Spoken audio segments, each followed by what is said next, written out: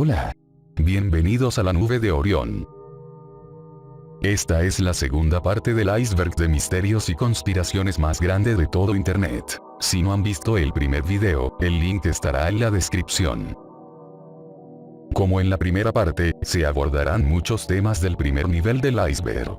Algunos temas del iceberg fueron unidos en uno solo, pues al investigar, me di cuenta de que compartían temáticas similares. Algunos de estos temas son tópicos banales, pero otros son realmente temas profundos e interesantes. Sin más dilación, que empiece el video.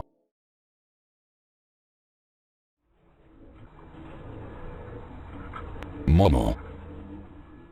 Fue una farsa viral que se esparció globalmente por Facebook, YouTube y medios de comunicación en julio de 2018. Se trataba de un supuesto reto viral, idéntico al de la ballena azul. Un usuario llamado Momo incitaba a niños y adolescentes a realizar tareas peligrosas, como ataques violentos, autoflagelación y suicidio. Se convirtió en un fenómeno global después de que un periódico indonesio reportara que había causado el suicidio de una niña de 12 años. Por más que se haya viralizado, y movilizó a padres de familia angustiados, y departamentos de policía levantaron advertencias. La realidad es que, al igual que con la ballena azul, nadie en el maldito mundo resultó dañado por realizar dicho reto. Varias organizaciones han hecho advertencias de que los medios de comunicación, al hacer estas basuras de noticias sobre, entre muchas comillas, retos virales, que nadie conocía previamente, podrían acabar en profecías autocumplidas, por alentar a los niños a buscar contenido violento en Internet.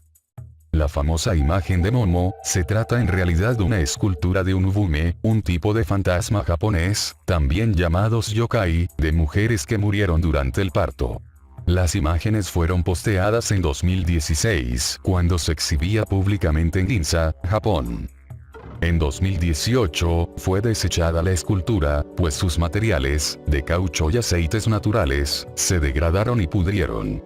Solo sobrevivieron los ojos de la estatua. Como dato curioso, en la mitología griega, Momo era la personificación del sarcasmo, las burlas y la ironía. Era el dios de los escritores y poetas, un espíritu de inculpación malintencionada y crítica injusta.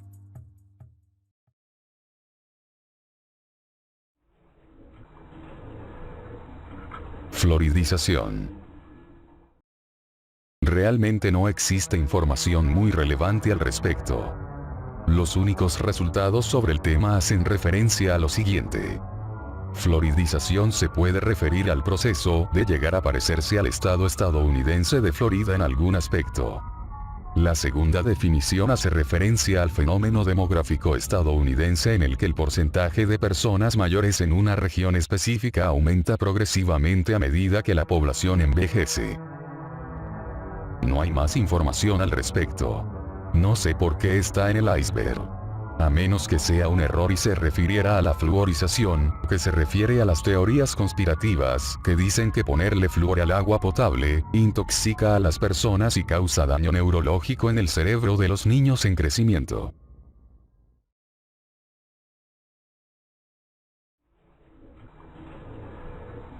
La Tierra hueca y The Smoky God. The Smoky God, o Un viaje al interior de la Tierra, es un libro presentado como un documento verdadero, escrito por Willis George Emerson en 1908, el cual describe las aventuras de Olaf Jansen, un marinero noruego que junto a su padre, atravesaron una entrada al interior de la Tierra en el Polo Norte. No confundir con Viaje al centro de la Tierra de Julio Verne, que, de forma similar, también trata de un viaje al interior de la Tierra, donde existe un mundo desconocido lleno de vegetación y vida. Jansen vivió 2 años con los habitantes de una red subterránea de colonias, los cuales, según Emerson, medían 3 metros de altura y vivían en un mundo iluminado por un sol central humeante, en inglés Smoky Central Sun. La capital del centro de la Tierra sería el Jardín del Edén original. La teoría de la Tierra hueca se trata de la creencia de que la Tierra es un esferoide hueco, y que en su interior existe un mundo desconocido, incluyendo civilizaciones intraterrestres. Durante mucho tiempo, varios ufólogos habían creído que la Tierra es hueca y que los ovnis provienen y retornan a una civilización oculta en el interior inexplorado. A principios de los años 70, la Administración del Servicio de Ciencia del Medio Ambiente, perteneciente al Departamento de Comercio de los Estados Unidos, proporcionó a la prensa unas fotografías del Polo Norte tomadas por el satélite SSA-7, tomadas en 1968. Una de las fotos mostraba el Polo Norte cubierto por la acostumbrada capa de nubes. Pero lo interesante era la otra, que mostraba la misma zona sin nubes, revelando un inmenso agujero donde debiera estar el polo. En junio de 1970, Ray Palmer, un editor y ufólogo, publicó las fotos del satélite en la revista Flying Saucers, afirmando que el agujero de la foto era real, apoyando la teoría de la Tierra hueca. En siguientes números, Flying Saucers apoyó más la teoría, resucitando una antigua controversia de las famosas expediciones del almirante Richard Byrd a los polos norte y sur.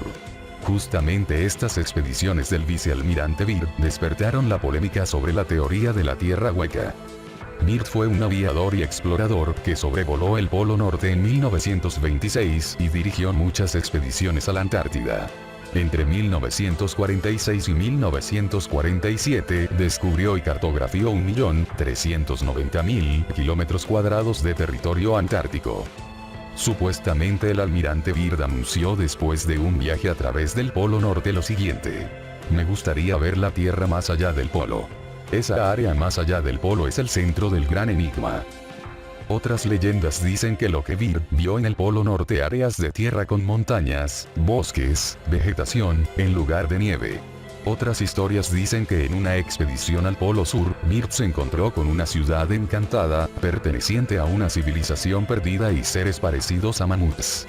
Según otras teorías, esa ciudad sería la legendaria Agartha, un paraíso subterráneo gobernado por el rey del mundo. Estas historias alimentaron las creencias de que la Tierra, en lugar de ser esférica, tiene una forma extraña en los polos, algo parecido a un donut, con una depresión que, o bien se hunde muchos kilómetros en las entrañas de la Tierra, o forma un agujero gigante que pasa a través del eje de la Tierra, de un polo a otro. Sin embargo, las historias del almirante contradicen lo que él mismo escribió en su diario. Hemos sobrevolado en total unos 25.900 kilómetros cuadrados de la Tierra más allá del polo. Como era de esperar, aunque resulta decepcionante decirlo, no se observaba ninguna característica importante más allá del polo. Solo el inmenso desierto blanco que cubría el horizonte. La ciencia actual ya ha descartado por completo las teorías de la Tierra hueca. Lejos de ser hueca, la Tierra está compuesta de 4 capas principales: la corteza, el manto, el núcleo y el nucleolo. ¿Y qué hay del enorme agujero que se observa en la fotografía de las regiones árticas? En realidad, esa fotografía es un mosaico de imágenes de televisión tomadas por el satélite durante 24 horas, que muestran la Tierra desde diversos ángulos. Las imágenes fueron procesadas por una computadora y unidas para que formasen una vista total de la Tierra como si el observador estuviera en un punto directamente encima del polo. Durante esas 24 horas, todos los puntos en las latitudes ecuatoriales y medias recibieron luz solar durante algún periodo de tiempo, y aparecen iluminados en la fotografía compuesta. Pero las regiones cercanas al polo estaban en ese momento sumidas en la oscuridad permanente del invierno ártico. Por ello hay una área no iluminada en el centro de la foto.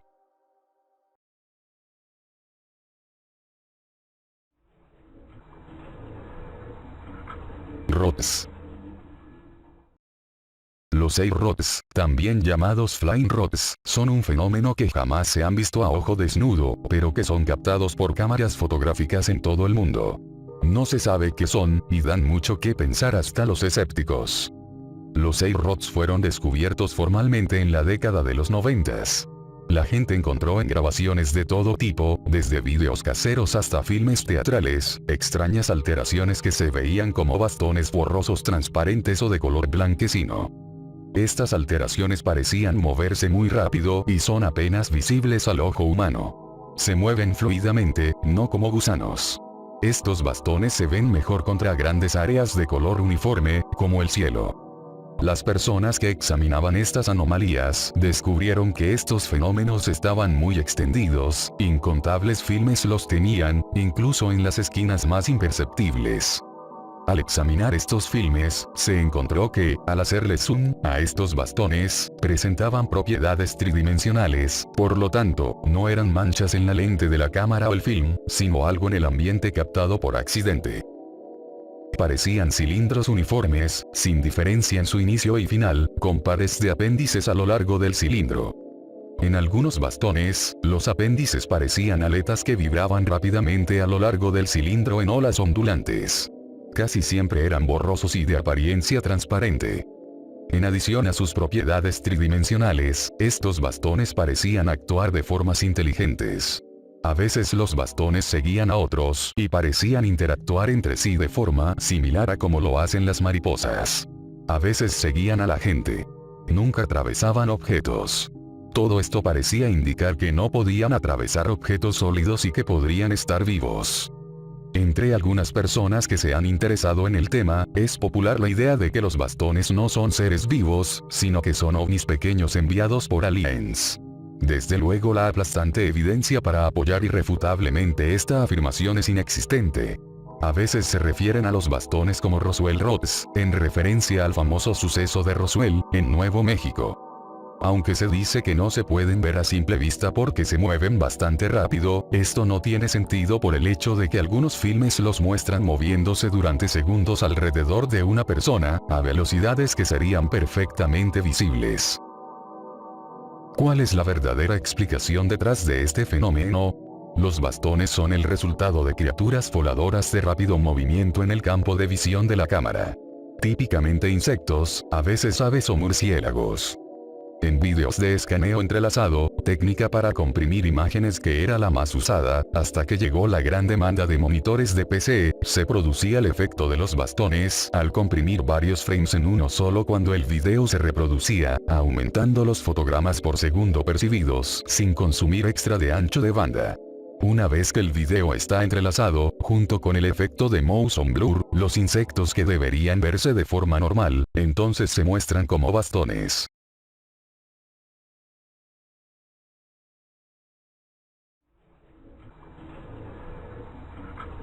Geometría sagrada. El término geometría significa literalmente medida o medición de la Tierra. Es una herramienta fundamental estrechamente ligada a todo aquello que se ha hecho por las manos del hombre y desde tiempos antiguos a todo lo que significan las mediciones, que en esos tiempos eran consideradas como pertenecientes a una de las ramas de la magia. En la antigüedad, magia, ciencia y religión eran inseparables, constituyendo el fundamento del conocimiento de los sacerdotes. En la rama académica de la matemática existe una eterna disputa. Las matemáticas son un invento del ser humano para comprender el funcionamiento del universo, o por el contrario, las matemáticas están programadas en el funcionamiento mismo del universo y no son un invento, sino el descubrimiento más importante de la humanidad. La geometría sagrada hace referencia al conjunto de formas geométricas que se encuentran presentes en el diseño de ciertos sitios considerados sagrados, como iglesias, catedrales y mezquitas, pirámides egipcias, templos mayas, tabernáculos de Jehová, sigurats babilónicos, junto con los significados simbólicos y esotéricos que se les atribuyen basándose en las propiedades de dichas formas. Incluso se consideraría válido construir un edificio moderno de acuerdo a los principios de la geometría sagrada. Uno de los principios de la geometría sagrada se encuentra en la máxima del hermetismo. Como es arriba, es abajo y también en aquello que se halla en el pequeño mundo, el microcosmos, refleja lo que se halla en el gran mundo macrocosmos. El círculo ha sido uno de los primeros símbolos dibujados por el hombre. El círculo es símbolo de la eternidad y de la unidad. De eternidad porque no tiene principio ni fin y siempre retorna al mismo punto.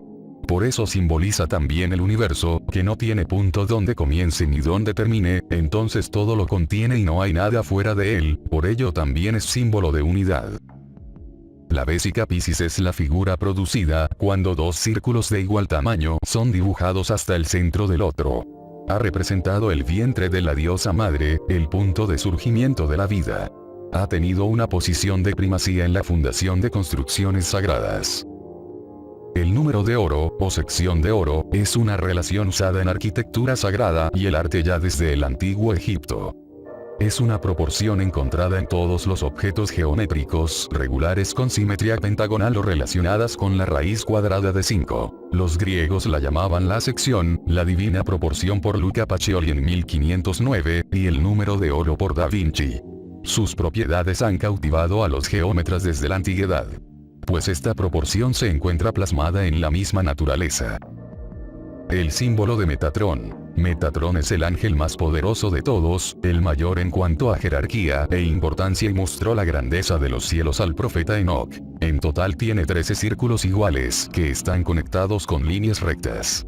Está compuesto por los 5 sólidos platónicos, el tetraedro, el cubo, el octaedro, el dodecaedro y el icosaedro, representando respectivamente tierra, agua, aire, fuego y espíritu. Representa todas las cosas que existen en el universo, no importa de qué se trate o su nivel de importancia, y el interminable flujo entre todo y el universo. La flor de la vida. La flor de la vida contiene los patrones de la creación. Está compuesta de 19 círculos completos y 36 arcos circulares, encapsulados por un gran círculo. La flor de la vida más antigua se encuentra en el templo de Osiris, en Egipto. Se han encontrado otras flores de la vida en templos fenicios, asirios, hindúes y medievales. Incluso Da Vinci estudió este símbolo y sus propiedades matemáticas, dibujando tanto la flor misma, como los símbolos que se encuentran dentro de su forma, como la semilla de la vida.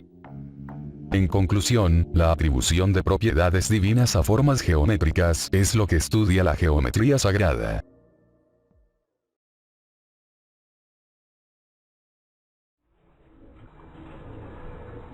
Inmortalidad cuántica.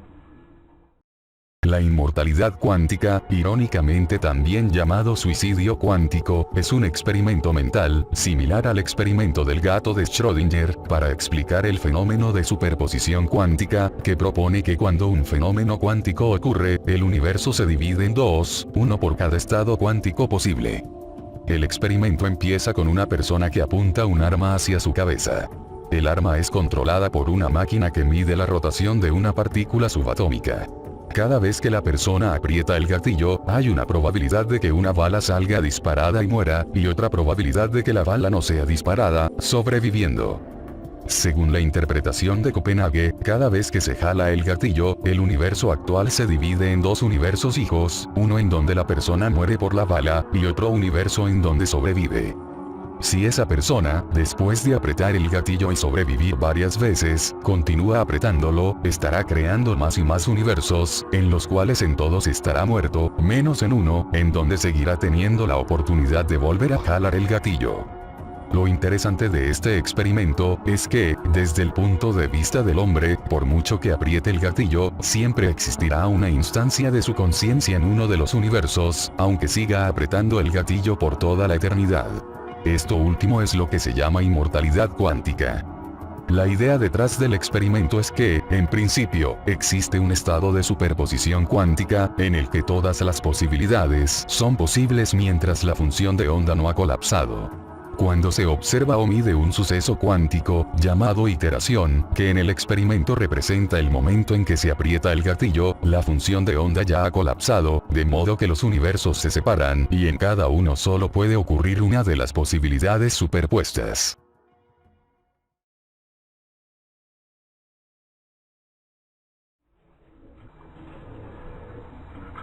Sueños lúcidos. Un sueño lúcido es un sueño que se caracteriza porque el soñante es consciente de estar soñando. También se asocia a la idea de poder manipular lo que sucede en los sueños a voluntad. Los sueños lúcidos se pueden dar espontáneamente o ser inducidos mediante prácticas y ejercicios. Todos los horrores que tú creas que es lo peor que te podría pasar, son los temas que probablemente dominen tus pesadillas. En todas las épocas y culturas, la gente ha sufrido de terrores nocturnos y pesadillas. Para algunas culturas, las pesadillas son las verdaderas experiencias del alma, como si viajara a otra realidad mientras el cuerpo duerme. Muchas personas se dan cuenta de que están soñando, en medio de una pesadilla. Es entendible que la reacción más frecuente es elegir despertar. Sin embargo, si te vuelves completamente lúcido en una pesadilla, llegas al entendimiento de que la pesadilla en realidad no puede lastimarte, por lo que no es necesario despertar para escapar. Simplemente recuerdas que ya estás completamente seguro, en tu camita. Una técnica que ha sido verificada científicamente como superior al 50% de efectividad es la probada por Denol Maspi, de la Universidad de Adelaida en Australia. No significa que sea la mejor técnica de todas, sino es de la que se tiene más robusta evidencia científica. Probada con 169 participantes. La técnica se conoce como Mild Mnemonic Induction of Lucid Dreams. La técnica mezcla un acondicionamiento para el ciclo REM con la neuroprogramación. El omironauta pone una alarma que lo despierte 5 horas después de quedarse dormido. Cuando se despierta, debe recitar su mantra de los sueños lúcidos. La próxima vez que sueñe, me acordaré de que estoy soñando. Esto lo recita al tiempo que se queda dormido, imaginando lo que será estar en un sueño lúcido. En una semana, 53% de los participantes lograron la lucidez con esta técnica, y 17% lo hicieron todas las noches de la prueba. Se sabe ya que tener sueños lúcidos es algo que puede aprenderse, y por otra parte, además del enorme placer y asombro ontológico que producen, se cree que los sueños lúcidos tienen un gran potencial terapéutico. Algunas técnicas útiles para tener sueños lúcidos son: tener un diario de sueños. Tener predisposición, es decir, se requiere de una dosis de autoprogramación mental para lograrlo. Hacer constataciones frecuentes de la realidad, pregúntate si estás dormido y trata de comprobarlo con alguna prueba física, como intentar traspasar un muro con tu mano. Familiarízate con tus sueños, especialmente con los símbolos recurrentes que encuentres. Lo siguiente no es algo que recomiende, pero existen ciertas sustancias, como la colina y la galantamina, que entre sus efectos secundarios se encuentra una mayor lucidez entre los sueños. Si tienes desórdenes del sueño, como insomnio, es fundamental que los trates, para asegurar un sueño plácido. Despierta periódicamente, por ejemplo, cada 90 minutos. El estudio previamente presentado apoya esta técnica. Entonces, ¿has tenido experiencias interesantes con los sueños lúcidos?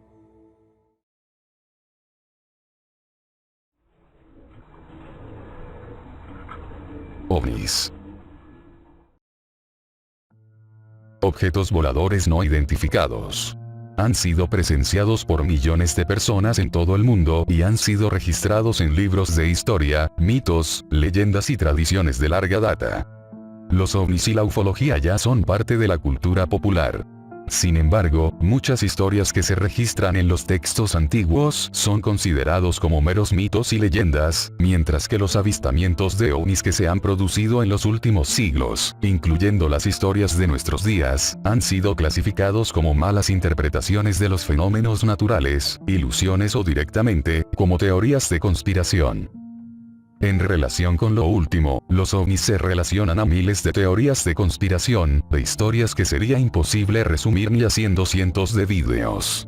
Teorías de alienígenas ancestrales, los Illuminati, los reptilianos, los Anunnaki y el planeta Nibiru, el famoso platillo volador que se estrelló en Roswell en 1947, Majestic 12, el elemento Unum Pentium encontrado en platillos voladores, el incidente de la batalla de Los Ángeles en la ciudad del mismo nombre, Los Ángeles de 1942, el cual yo creo que fue inspiración para la serie Evangelion, el Área 51, los supuestos videos de las autopsias a extraterrestres, los hombres de negro, la campana nazi y las bases alemanas en la luna, historias de personas que afirman haber sido contactados o abducidos por infinidades de razas extraterrestres como los pleyadianos, los grises de Zeta Reticuli, la teoría de los ovnis intraterrestres. Es increíble que me haya quedado extremadamente corto con las historias independientes relacionadas al tema ovni. Es casi seguro que muchos de los ejemplos que mencioné sean mencionados más adelante en este ICB.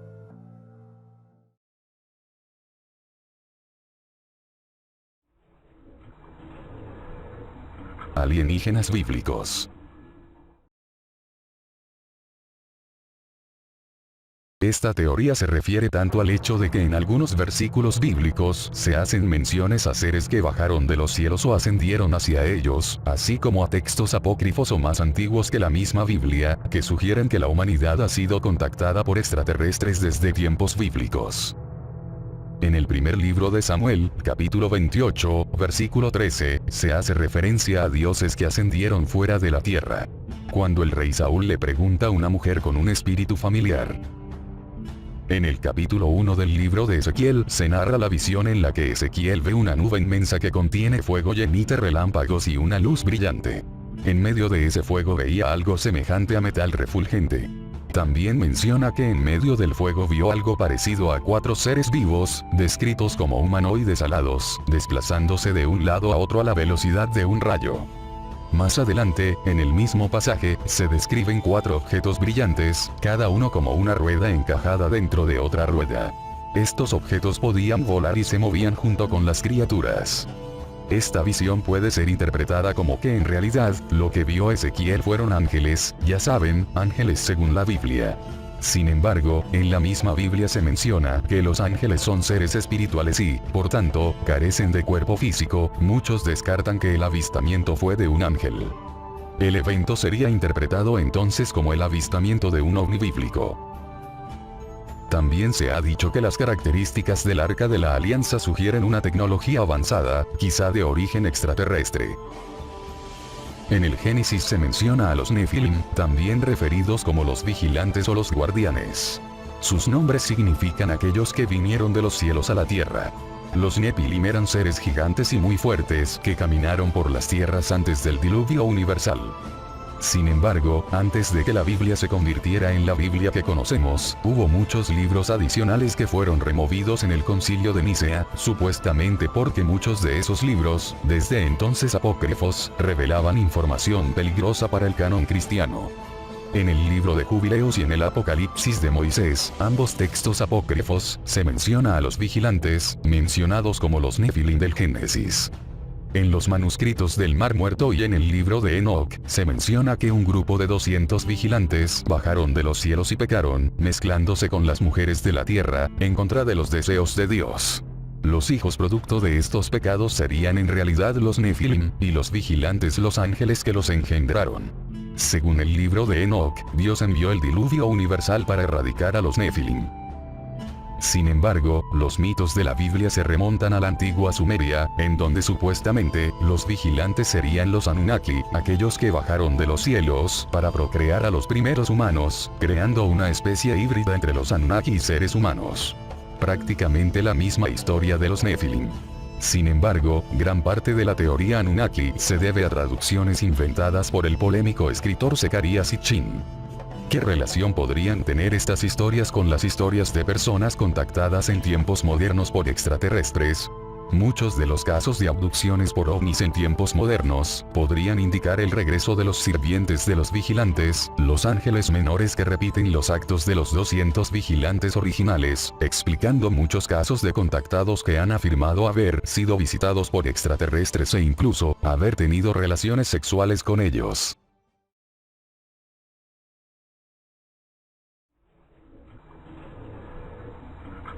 Vampiros. La figura del vampiro moderno fue creada por el escritor y físico inglés John William Polidori, cuando escribió su obra El vampiro, publicada en 1819.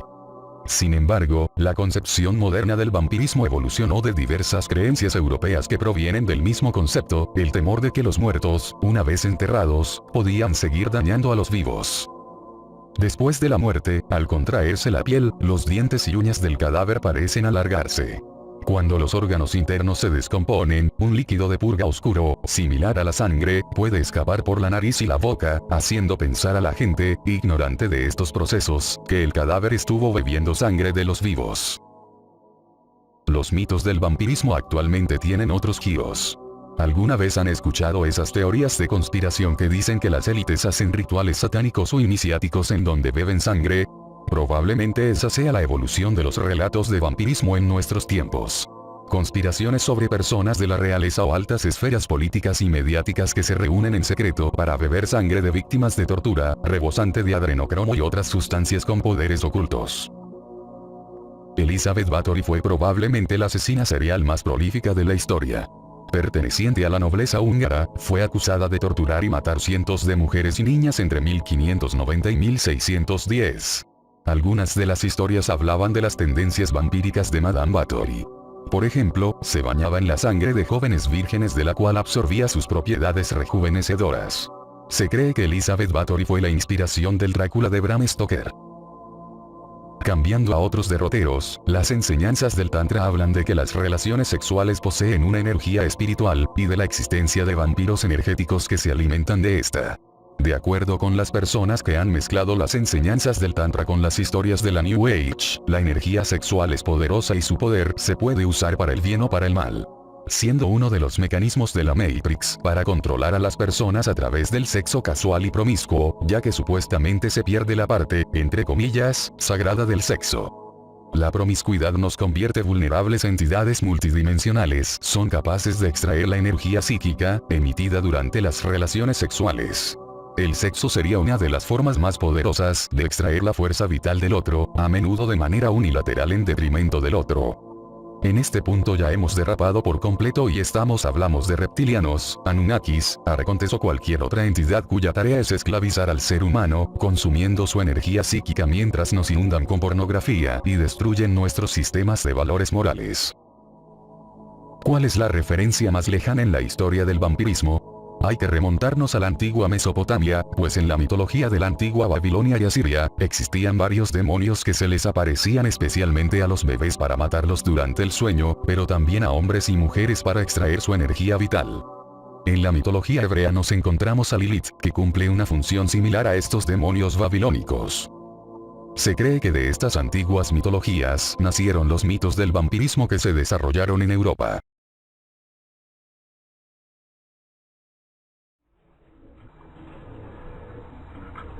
Sucubi.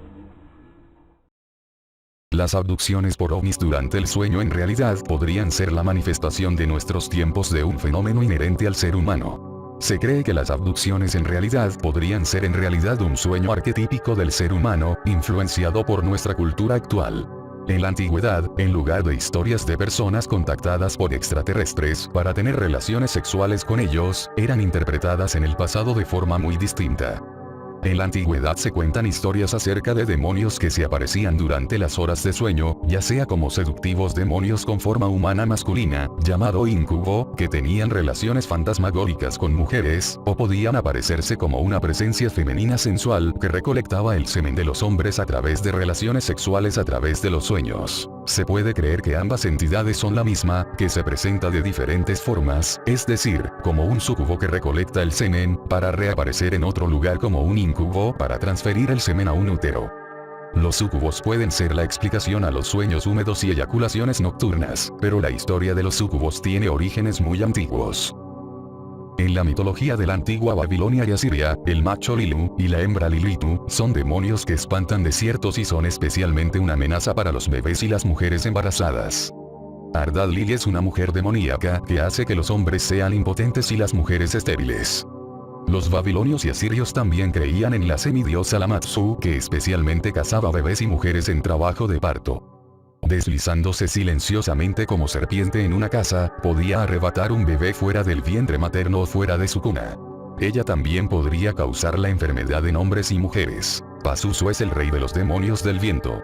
Aunque su propia reputación es más bien oscura, él era invocado en amuletos para proteger contra la Matsu. Las mujeres embarazadas a veces llevaban una cabeza de bronce de Pazuzu en un collar para este propósito. Como dato curioso, el demonio de la película El Exorcista no es el diablo del cristianismo, sino el demonio babilónico Pazuzu. Al inicio de la película, el padre Merrin descubre una estatua demoníaca en una excavación en Irak. La estatua es el demonio Pazuzu. En la tradición judía, Lilith es un espíritu femenino de la noche que, como un súcubo, seduce hombres mientras estos duermen, haciendo que emitan semen que ella toma para criar hijos propios. Ella también estrangula a los niños humanos, durante o después de su nacimiento. Su descendencia femenina es llamada Lilin. Parece muy probable que Lilith fuese adoptada de las creencias mesopotámicas por los hebreos durante su cautividad en Babilonia. En el Talmud, Lilith solo es descrita como una amenaza a los hombres que duermen solos, y se dice aquí que después de que Adán dejó a Eva durante 130 años y que el semen emitido accidentalmente había engendrado fantasmas y demonios masculinos, y demonios nocturnos femeninos o Lilims. Lilith se dice que es la primera esposa de Adán, hecho del polvo como él. Cuando ella exigió igualdad con Adán y él se negó, ella se retiró a una cueva donde se juntaba con demonios y dio a luz a niños demoníacos. Adán se quejó con Dios acerca de la partida de Lilith. Dios envió a 3 ángeles llamados Senoi, Sansenoi y Semangolef para traerla de vuelta a Adán. Estos ángeles la encontraron en su cueva y amenazaron con que, a menos que ella regresase a Adán, ella perdería un centenar de sus hijos demoníacos diariamente por medio de la muerte. Es irónico que unos ángeles enviados por Dios sean capaces de castigar mediante maldiciones. Pero Lilith prefiere este castigo a vivir con Adán. Ella toma su venganza hiriendo o matando bebés humanos y niños pequeños. Los 3 ángeles solo dejaron de acosarla cuando ella juró que, cada vez que viera los nombres y las imágenes de estos ángeles en un amuleto cerca de un niño, ella no le haría daño. Como pueden notar, los orígenes de los súcubos, así como del vampirismo, tienen origen en las antiquísimas culturas babilónicas y asirias.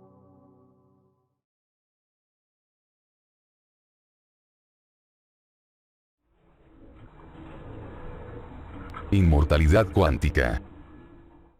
La inmortalidad cuántica, irónicamente también llamado suicidio cuántico, es un experimento mental, similar al experimento del gato de Schrödinger, para explicar el fenómeno de superposición cuántica, que propone que cuando un fenómeno cuántico ocurre, el universo se divide en 2, uno por cada estado cuántico posible. El experimento empieza con una persona que apunta un arma hacia su cabeza. El arma es controlada por una máquina que mide la rotación de una partícula subatómica. Cada vez que la persona aprieta el gatillo, hay una probabilidad de que una bala salga disparada y muera, y otra probabilidad de que la bala no sea disparada, sobreviviendo. Según la interpretación de Copenhague, cada vez que se jala el gatillo, el universo actual se divide en 2 universos hijos, uno en donde la persona muere por la bala, y otro universo en donde sobrevive. Si esa persona, después de apretar el gatillo y sobrevivir varias veces, continúa apretándolo, estará creando más y más universos, en los cuales en todos estará muerto, menos en uno, en donde seguirá teniendo la oportunidad de volver a jalar el gatillo. Lo interesante de este experimento, es que, desde el punto de vista del hombre, por mucho que apriete el gatillo, siempre existirá una instancia de su conciencia en uno de los universos, aunque siga apretando el gatillo por toda la eternidad. Esto último es lo que se llama inmortalidad cuántica. La idea detrás del experimento es que, en principio, existe un estado de superposición cuántica, en el que todas las posibilidades son posibles mientras la función de onda no ha colapsado. Cuando se observa o mide un suceso cuántico, llamado iteración, que en el experimento representa el momento en que se aprieta el gatillo, la función de onda ya ha colapsado, de modo que los universos se separan, y en cada uno solo puede ocurrir una de las posibilidades superpuestas.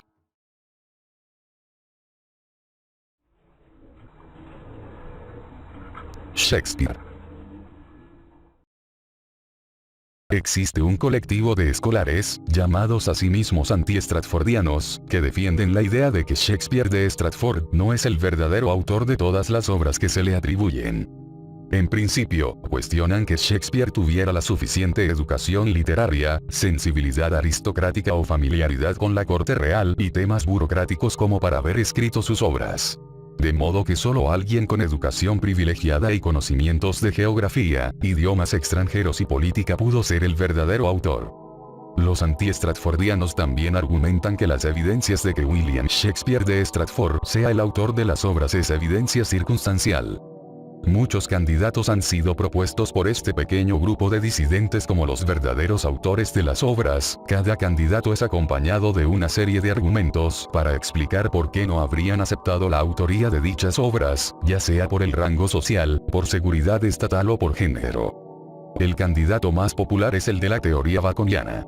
Sir Francis Bacon sería el verdadero autor de las obras firmadas bajo el seudónimo William Shakespeare, a modo de clave masónica.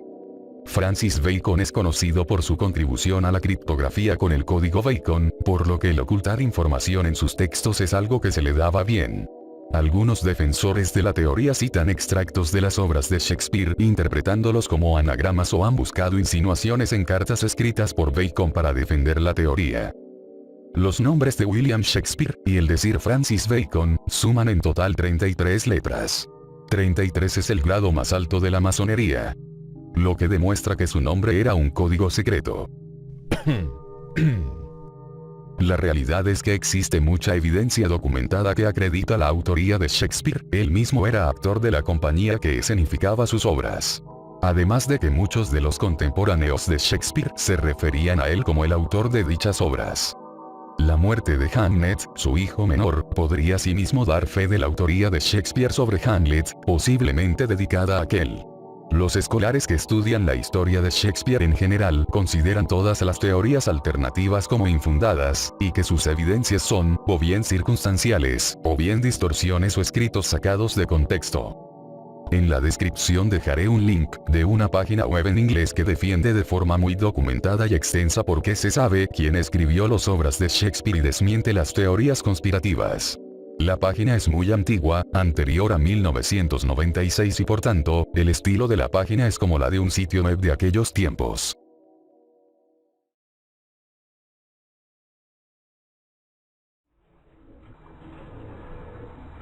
Hipersigilos. Los sigilos son un tipo de símbolo usado en magia, siendo una especie de firma pictórica de un espíritu o deidad. La palabra sigilo, en latín significa sello. En tiempos modernos se usan en el contexto de la magia del caos, siendo una representación simbólica del resultado deseado por el practicante que los crea. Dentro de la magia del caos, que fue desarrollada en la década de 1970 en Inglaterra, los sigilos, en lugar de usarse para invocar ángeles o demonios, se usan para controlar las fuerzas que operan en la inconsciencia de la psique del operador del sigilo. La forma más frecuente de crear un sigilo es escribir la intención, luego condensar las letras o la oración hasta formar un monograma, un único símbolo. Entonces, el mago debe materializar de alguna forma el grifo. Y por fuerza de voluntad, debe implantar ese sigilo en su subconsciente, donde el sigilo empezará a trabajar sin que los deseos e impulsos que guían nuestro comportamiento entorpezcan el objetivo del sigilo. Grant Morrison, un escritor de cómics escocés, que ha trabajado tanto en Marvel como en DC, acuñó el término hipersigilo para referirse a una obra de arte extendida con significado mágico, creada mediante procesos de sigilización. Morrison creó una serie de cómics, llamada Los Invisibles, con la intención de que esta fuera un hipersigilo. Morrison también declaró que los logos corporativos modernos, como los reconocibles arcos dorados de McDonald's, o el famoso logo de Nike, son en realidad sigilos. Estos invaden todos los rincones del mundo, incluso en la ropa, convirtiendo a las personas en vallas publicitarias. El logotipo, como cualquier sigilo, es una condensación, una convocación simbólica comprimida del deseo que la corporación pretende representar. Es por eso que la firma familiar de Walt Disney persiste en la actualidad, aún después de su muerte, llevando su propio peso de significados, asociaciones y nostalgia, implantada en nuestros subconscientes.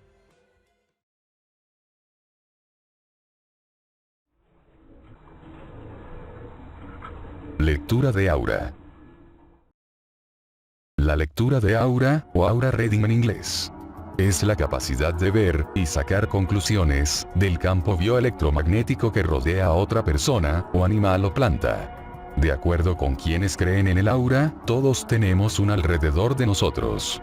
Una especie de halo iluminado alrededor de nuestro cuerpo, más notorio en el área de la cabeza y los hombros. Supuestamente todos podemos aprender y entrenarnos en visualizar el aura. Viendo el aura se podría interpretar el estado de ánimo de las personas, así como poder diagnosticar enfermedades mentales o físicas, por las diferencias en el aura de esa persona. Me encontré con un tópico del que existe una increíblemente amplia información, relacionado con el tema del aura. Los Star Kids son una supuesta generación emergente producto de contribuciones extraterrestres. Estos niños son predominantemente humanos, nacen como humanos y lucen como tal, pero son distintos. Serían producto de genes de visitantes de otros mundos transformados en material genético, relacionado con encuentros entre los padres de estos niños con extraterrestres. Estos niños se diferencian por sus mayores capacidades físicas, por tener habilidades telepáticas e intuición que les permite conectar con otros humanos a niveles más profundos, y la capacidad de aprovechar la bioenergía, en forma de ki o prana, para curación. Entre las habilidades de estos niños están la capacidad de leer el aura de otras personas, para aprender sobre la salud de otra persona, sus intenciones, observando el halo de energía a su alrededor, junto con otras habilidades sobrehumanas como la visión remota, telequinesis o premoniciones. Personalmente no creo en ninguna de estas cosas, y de paso, tampoco creo en cosas relacionadas con energías, contactos extraterrestres o similares, pero es increíble y un poco atemorizante encontrar documentación muy extensa y libros disponibles en páginas web de inicios de este siglo, sobre estos supuestos niños sobrehumanos que están entre nosotros.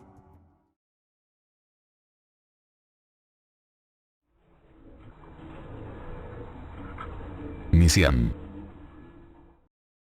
En 2017, un usuario anónimo de 4chan, con el seudónimo de Misiam, hizo un post afirmando que era un alienígena que se quedó sin combustible cerca de la Tierra, o 0422, como este ser la llamaba, y esperaba que su familia llegara a recogerle. Para pasar el tiempo, este autoproclamado alienígena respondería preguntas e incluso viajando a unas coordenadas específicas para probar su validez. Mientras las respuestas parecían ser simplemente una persona jugando a un juego de rol inocente, lo que no pudo ser explicado son las fotos tomadas por Misiam, que incluían imágenes de la Luna y la Tierra que no pudieron ser encontradas en otro lugar, dando a entender que eran fotos originales tomadas por este supuesto alienígena.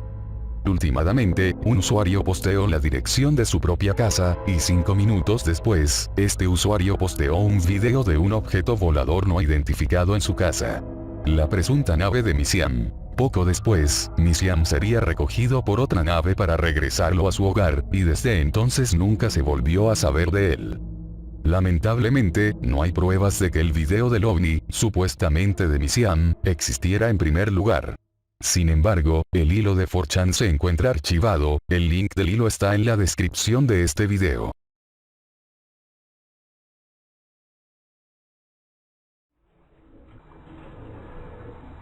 Singularidad y transhumanismo. El concepto de singularidad es bastante ambiguo, porque en distintas disciplinas se maneja este concepto con distintas implicaciones. Por ejemplo, la singularidad tecnológica es aplicada en el estudio de inteligencia artificial, se refiere al momento en el que una inteligencia artificial supere el test de Turing, demostrando tener una mente indistinguible a la del ser humano, con inteligencia, conciencia de sí mismo y riqueza emocional. En física y astronomía se habla de singularidad gravitacional o espaciotemporal, que es la región del espacio-tiempo predicha en los modelos de agujeros negros, en donde las fuerzas gravitacionales se vuelven infinitas y la curvatura del espacio-tiempo también se hace infinita. En este punto, las leyes de la relatividad dejan de ser válidas porque siempre dan infinito. Sin embargo, hay otros conceptos de singularidad más profundos, y que se asocian al transhumanismo. El 21 de febrero de 2011, la portada de la revista Time mostró una portada muy llamativa. 2045, el año en el que el hombre se vuelve inmortal. La portada retrata a una persona con la cabeza rapada, con un enchufe en la nuca conectada a internet, nada diferente a la situación en la que se encontraba la especie humana en la película Matrix, conectada a la simulación. Según Time, la singularidad se define como el momento cuando el cambio tecnológico se vuelve tan rápido y profundo, que representa una ruptura en el tejido de la historia humana. Existe todo un movimiento transhumanista, impulsado sobre todo por gente muy poderosa, entre la que quizás podríamos incluir a gente como Elon Musk con su compañía Neuralink, que buscan romper la barrera entre el ser humano y las computadoras, llevando a la transformación de la humanidad en algo muy diferente a lo que somos actualmente. Consideremos la historia de nuestro planeta de acelerar la creación. La primera época evolutiva es la prebiológica, basada en lo atómico y molecular. Luego la genética, ADN y las bases moleculares y celulares. Luego la neurológica, basada en neuronas. Luego llegó la memética, basada en patrones mentales. Y finalmente, la tecnológica, basada en patrones extracerebrales. Cada una requiriendo menos espacio, materia, energía y tiempo para representar o ejecutar cualquier computación saliente, es decir, formando una representación interna codificada de leyes o información del medio externo. Si en algún momento la humanidad llega a la singularidad transhumanista, probablemente conclusiones como las de las series de anime Evangelion o Serial Experiments Lain ya no serán mera ficción. Y los humanos privilegiados tendrán la oportunidad de fusionarse en una hiperhumanidad colectiva con crecimiento tecnológico e intelectual tendiendo cada vez más al infinito mediante la automatización de pensamientos, mientras que los seres humanos biológicos no serán capaces de comprender significativamente el mundo de la informática y ni siquiera tendrán los recursos para hacer la transición a la nueva transhumanidad. Bueno, eso ha sido todo por esta parte del iceberg. Espero que hayan aprendido algo interesante. La verdad es que aún quedan demasiados temas increíbles. Si les gusta este contenido pueden apoyarlo con un me gusta o con un pequeño comentario. Sin nada más que decir, hasta pronto.